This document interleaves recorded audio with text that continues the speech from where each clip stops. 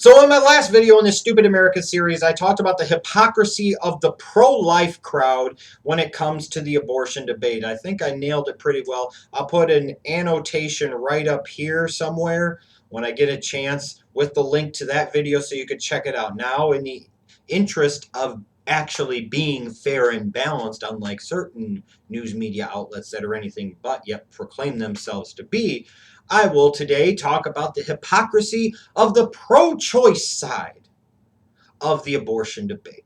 This hypocrisy is astounding to me on all sides, and it's astounding equally on both. And when it comes to the pro-choice people, they support a woman's right to choose. They say this is an issue of women's rights and an issue of a woman having final say-so over her body and all of this and all of that. And the government shouldn't be encroaching on them, and they should have the right to choose whatever they want. Now, never mind the fact that in most cases, and obviously I'm excluding the things like rape and incest, but by and large, most pregnancies occur because a woman chose to have sex. Therefore, she chose to do an action that had a potential consequence. So we are pro-choice when it comes to them aborting a baby, but we ignore the fact that their choice or freedom of choice to engage in a behavior or action that could potentially cause this is what resulted in this pregnancy to freaking begin with. It astounds me. What astounds me even more is the hypocrisy in terms of it's about equality and women's rights and being equal across the board. But it's funny how the same outrage doesn't apply to things like the criminal justice system. Let a woman be charged with a murder in the same way that a man is, and watch people flock to defend the woman and say she's a woman and therefore doesn't deserve the same punishment as a man does.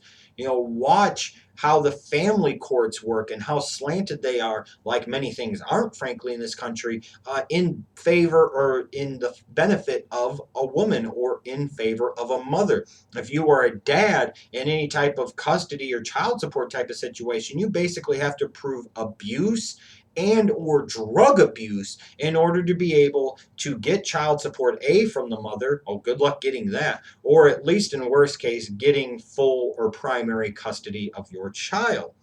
But it goes much deeper in that when you talk about the hypocrisy of those that classify themselves as pro-choice. How can you sit there and be pro-choice saying this is about women's rights and this is about their right to choose what goes on with their body and that you believe in individual civil liberties, yet so many of those people on that side of the fence support expansion of the powers and the size and the scope of the federal government that has inherently proven that it will do everything it can to strip you of those basic fundamental human rights and civil liberties? That makes absolutely no sense. Absolutely none. So many of these same people that believe in the freedom to choose and in individual liberties also support government safety nets like Social Security and Medicare and welfare. Where is it about the choice of these people, choosing to go out in the workplace and choosing to get a job or not getting a job and facing the consequences or repercussions as a result? So we sit there and we say it's okay to have choice here, but when it comes to this, no, we need to make sure that we provide for them, even if they haven't done anything to help out their situation. We need to expand the size and the scope and the powers of the federal government because that's a good thing and that's going to protect our freedoms and choices, right? It makes absolutely no sense. People that support choice will sit there and also support unions. And, basically, if a worker comes into a job, they might not know it's a union workplace. They don't have a choice. They're forced to join the union. So you believe in a fundamental right to choose what you do with your body, but you support a thing like unions who once served a great purpose that are now a dinosaured, corrupt organization and kind of concept.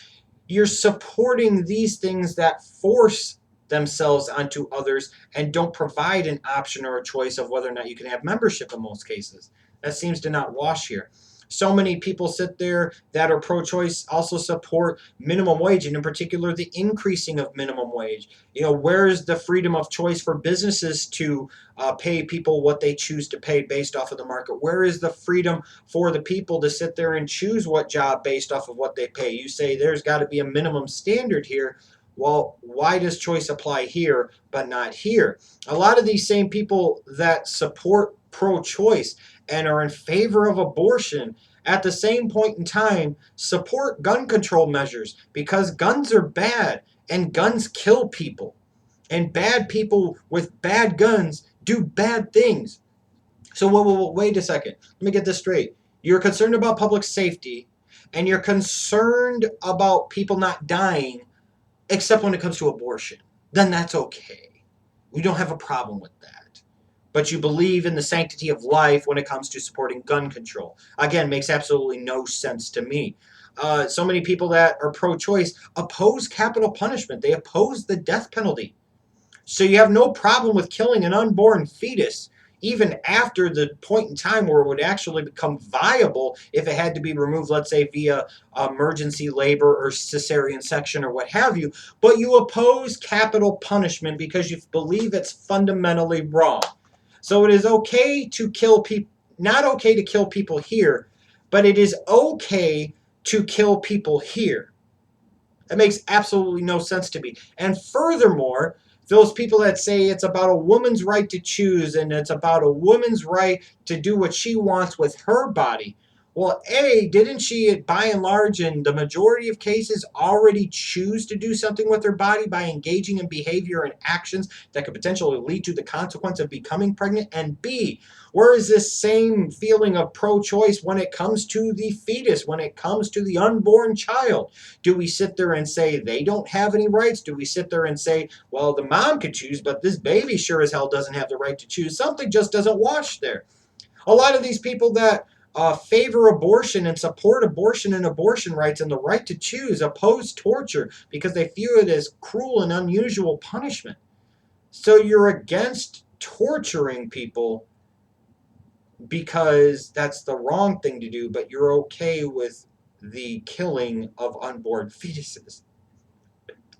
A lot of these same people oppose war, and in particular foreign wars, because they say in large part that it leads to the deaths of women and children and unborn babies.